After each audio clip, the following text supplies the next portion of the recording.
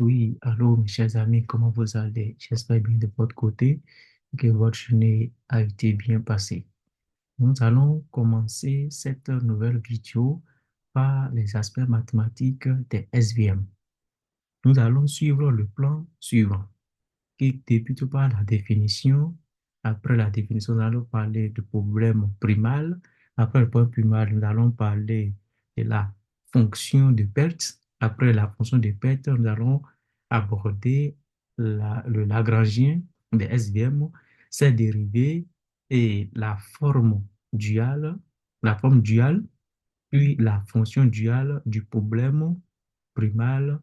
Et enfin, nous allons parler de la dérivée de la fonction duale du problème primal des SVM classiques.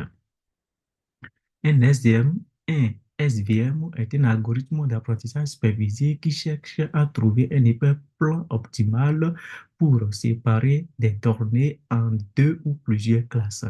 Cet hyperplan est choisi de manière à maximiser la marge, c'est-à-dire la distance entre l'hyperplan et les points les plus proches de chaque classe, appelés vecteurs de support. Les points qui satisfont l'équation h de x égale à 0 sont sur l'hyperplan. Les points qui satisfont l'équation h de x égale à 1 sont sur la marge positive. Et les points qui satisfont l'équation h de x égale à moins 1 sont sur la marge négative. Ces points sont appelés vecteurs de support car ils définissent la position de l'hyperplan, où h de x est égal au produit scalaire du vecteur poids par par le vecteur d'entrée plus le biais b. Le problème primal des SVM classiques. Pour des données parfaitement séparables, le problème primal des SVM peut être reformulé par la relation 1 sous les contraintes de la relation 2. Les YI sont dans l'ensemble moins 1 et 1 sont des étiquettes des données. Cela signifie que toutes les contraintes peuvent être satisfaites car les données sont parfaitement séparables. L'objectif est de trouver un hyperplan qui maximise la marge entre les classes tout en respectant ces contraintes. La fonction de perte pour des données parfaitement séparables est définie par la relation 3.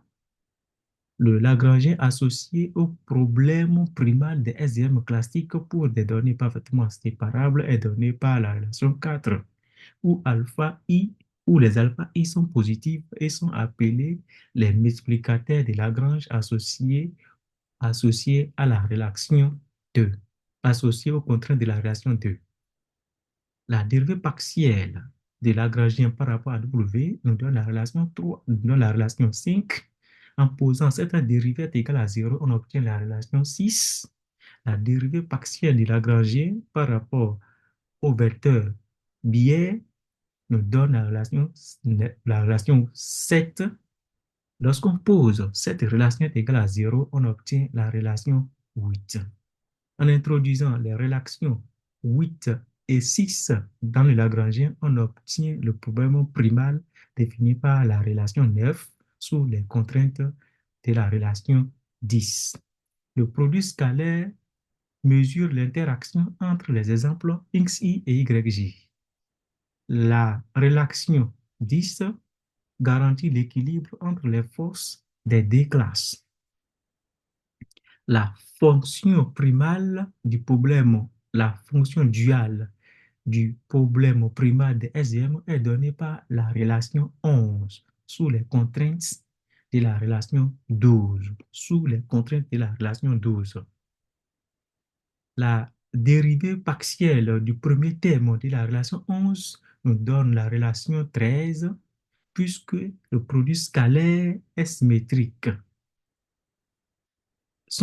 La dérivée partielle du deuxième terme par rapport à alpha k nous donne la relation 14. On obtient donc la relation 15 à partir des réactions 13 et 14. Et c'est la fin de notre présentation. Je vous remercie beaucoup pour votre attention. N'oubliez pas de mettre en commentaire vos observations qui nous permettra de pouvoir améliorer la qualité de notre travail. Dans la prochaine vidéo, nous allons voir comment implémenter ces différentes formules mathématiques que nous venons de mettre en place. Je vous remercie et à la prochaine. À tout à l'heure.